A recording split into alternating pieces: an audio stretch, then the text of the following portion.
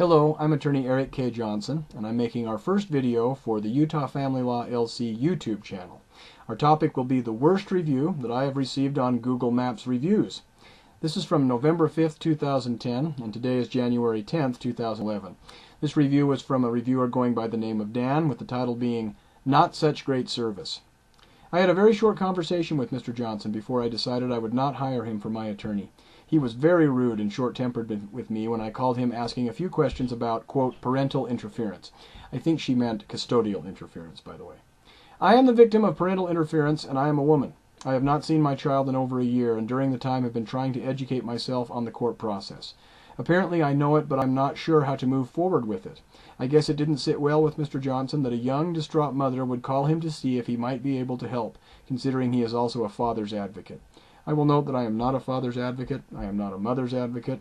I am an advocate of reason and fairness and justice, and as a result, I will take clients who are men and women. I can do a very good job for the men, by the way, as well as I can for the women, but I don't believe in a battle of the sexes in the divorce and family law arena. It's counterproductive as well as destructive. Back to the review. He was very short with me, yelled at me, and by the end of the short conversation, I was in tears. Mr. Johnson, I even apologized for the hour I called you at and asked if now was a good time.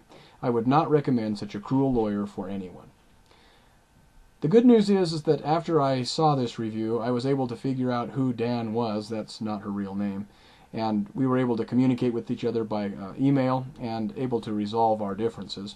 Here's what I wrote in the response in the review section.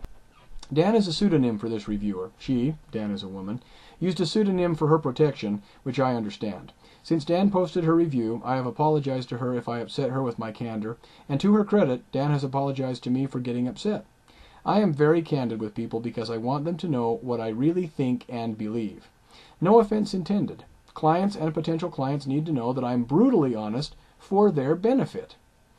Telling you what you want to hear is how shysters make a lot of money giving people false hope. My candid, frank approach is not everyone's cup of tea, I know, but I'd rather you trust me and value my honest opinion than simply like me. So Dan, I hope this helps you.